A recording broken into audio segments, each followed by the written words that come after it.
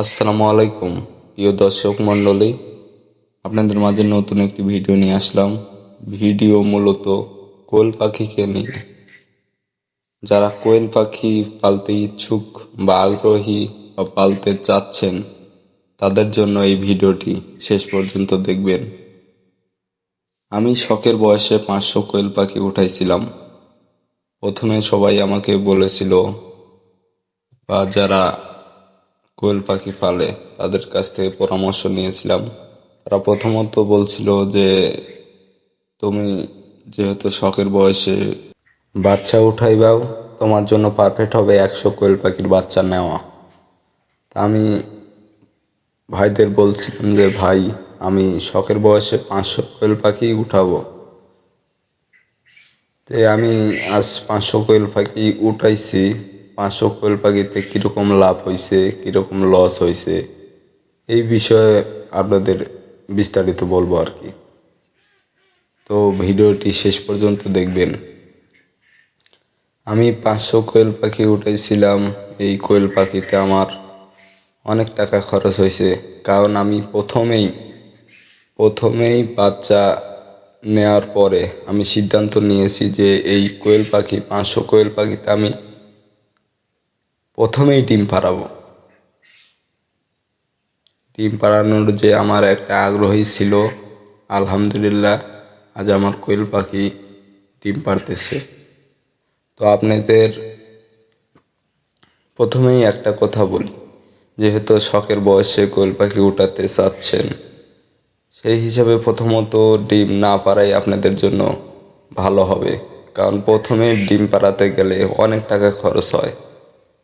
তো এই খরচ করতে গেলে আপনি প্রথমে ভয় খেয়ে যাবেন, বলবেন যে এত টাকা লাগে, এত খাই, এত খরচ, মনে হয় লস যাবে। প্রথমত যদি ডিম পাড়াতে চান তাহলে মূলত লস যাওয়ার সম্ভাবনাই বেশি থাকে। তাই আপনাদের প্রথমেই বলবো যে, যদি শখের বয়সে কোয়েল পাখি উঠাতে চান তাহলে আপনারা এই কাজটি করবেন না যে প্রথমেই ডিম পাড়াবো, এই সিদ্ধান্ত নেবেন না। প্রথমে আপনারা 20 দিন বাচ্চার বয়স হওয়ার সাথে যদি জিরো বাচ্চা নেন, প্রথমেই 20 দিন হওয়ার পরই সেল দেওয়া শুরু করবেন। তাতে আপনার অনেক টাকা বেঁচে যাবে, অনেক টাকার মতো লাভ হবে। তাই আপনাদের এই পরামর্শই দিতে চাই আমি। প্রথমে কোয়েল পাখি পালার সিদ্ধান্ত নিলে প্রথমে ডিম পাড়ার চিন্তা ভাবনা করবেন না। আপনারা যদি চিন্তা ভাবনা করেন যে আমি ডিম পাড়াবো, তাহলে আপনার অনেক টাকা খরচ হবে। তাই এগুলো না করাই ভালো।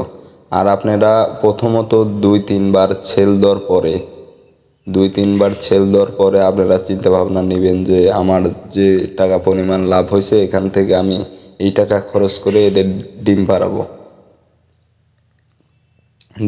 ডিম পাড়ানোর পরেও আপনাদের অনেক টাকা লাভ হবে। কারণ যদি 500 কোয়েল পাখি নেন, ওখান থেকে জিরো বাচ্চা, তো আর বোঝা যাবে না কোনটা মহিলা কোনটা পুরুষ।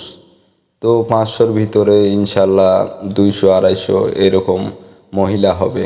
মহিলা হওয়ার পরে ওখান থেকে আপনি যে টাকার ডিম বেচবেন, আপনার যে টাকা পরিমাণ ডিম বেচবেন, আপনি 500 টাকার ডিম বেচলে 200 টাকা তাদের পিছনে খরচ হবে ডেলি। 300 টাকার মতো থাকবে। 300 টাকা না থাকলেও 250 টাকা থাকবে। তো এইভাবে আপনার 250 টাকা করে লাভ হবে। আবার পাখি যখন বেচবেন 1-2 মাস পরে যদি সেল দিয়ে দেন, তখন মনে করেন আপনার পাখি প্রতিও অনেক টাকা থাকবে মহিলাতে, কিন্তু পুরুষেতে লাভ নাই। তাই প্রথমেই আপনারা বাচ্চা তোলার সিদ্ধান্ত নিলে প্রথমে আগে সেল দেওয়ার চিন্তা ভাবনা করবেন। এটা আপনাদের জন্য ভালো হবে। আমি প্রথমে যে কোয়েল পাখির বাচ্চা নিয়েছিলাম, সেই কোয়েল পাখির বাচ্চা আপনার মূলত 2 দিনের ছিল। 2 দিনের ছিল মানে জিরো বাচ্চা পাইছিলাম না। পরে 2 দিনের বাচ্চা নিয়ে এসেছিলাম। বাচ্চার রেট নিয়েছিল 12 টাকা পিস। এই 12 টাকা পিস বাচ্চা নিয়ে আমার 38 দিনেই, আলহামদুলিল্লাহ 38 দিনেই ডিম দেওয়া শুরু করছে। কারণ আমি এদের পিছনে অনেক পরিশ্রম করছি, এই বিধায় আমি সফল হয়েছি। কারণ পাখি শখের বয়সে প্রথম প্রথম পাখি উঠাইছি, পরিশ্রম তো একটু বেশি হবেই। তো আমার 500 কোয়েল পাখির ভিতরে আপনার 250 কোয়েল পাখি পুরুষ হয়েছিল আর 250 মহিলা। আমি আপনার 250 পাখি যে ছেল দিছি তার ভিতরে আমি 30টা পুরুষ নিয়েছিলাম, কারণ মহিলাদের ভিতরে 30টা পুরুষ দিয়েছিলাম, তাতে ডিমের পরিমাণ বৃদ্ধি পাবে। তো আপনাদের যদি কোনো কিছু জানার ইচ্ছা থাকে বা আগ্রহ থাকে যে আমি ওই ভাইকে বলে কিছু একটি পরামর্শ নেব, তো আমাকে জানাতে পারেন, আমি বিস্তারিত আপনাদের সব খুলে বলবো এখানে। তো আপনারা সবাই ভালো থাকবেন। ভিডিওটি অনেক বড় হয়ে গেছে, তো পরবর্তীতে ভিডিওতে বলে দেবো যে কীরকম লাভ হয়েছে, কীরকম লস হয়েছে, কীভাবে পালতে হবে, কীভাবে বোর্ডিং করতে হবে, আরও অনেক কিছু বলার আছে, তো বলে দেবো। আপনাদের যদি এই ভিডিও ভালো লাগে তাহলে পরবর্তী ভিডিও দিব।